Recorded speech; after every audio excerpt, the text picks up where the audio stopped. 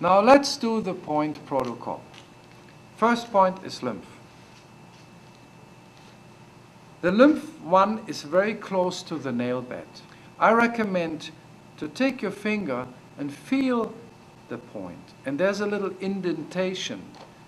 And that's where you set up the probe and you kind of, I like to use the term wiggle. I mean, I work myself into this point. And sometimes, very often, I just warm my point up by a measurement which I don't take serious. And then by the second time, I will go and get real reading. And what happened right now, because I demonstrate, I slipped off a little bit. Did you see this reading?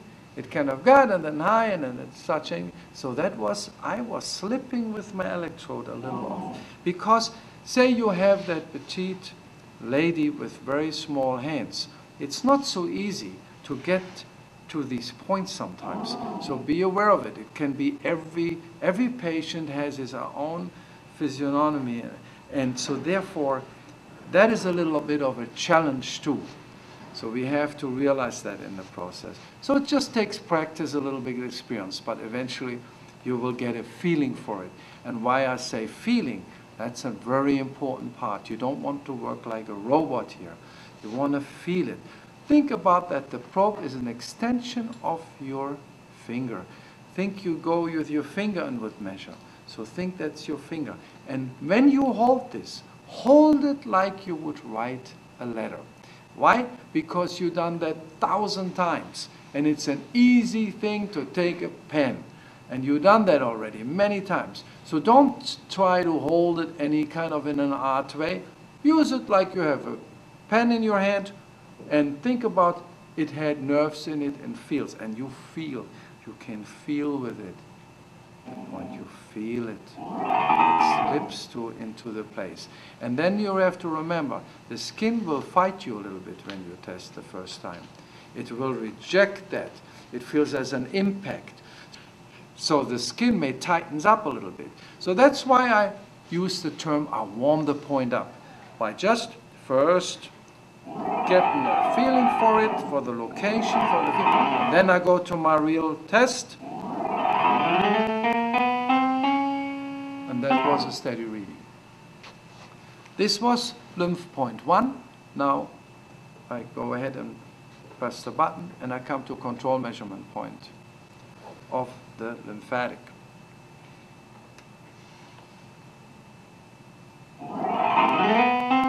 And you see here, it comes up very easy, right at the first time. And I didn't hold it as long as the other points. I just backed off fairly fast because I got a fast response. I didn't need to wrestle myself into that. It came a nice baseline, steady, no drop, nothing. I didn't hear anything. Good enough for me. I advanced to the next point. And here we have the lymphatic drainage for the jaw. This is also a major point to test what's going on in the oral cavity. No, oral cavity? Yeah, oral cavity, sorry. This is a great summation point to see what's going on in the oral cavity. Maybe there are some dental issues. The lymphatic will indirectly tell us that. And it's located behind the big joint of the thumb. So you see, I move this a little bit. And there's a lot of muscle here. So with that in mind, you may need to dig deep a little bit. There's not just the skin, also the muscle. As we know, the points are located a little deeper.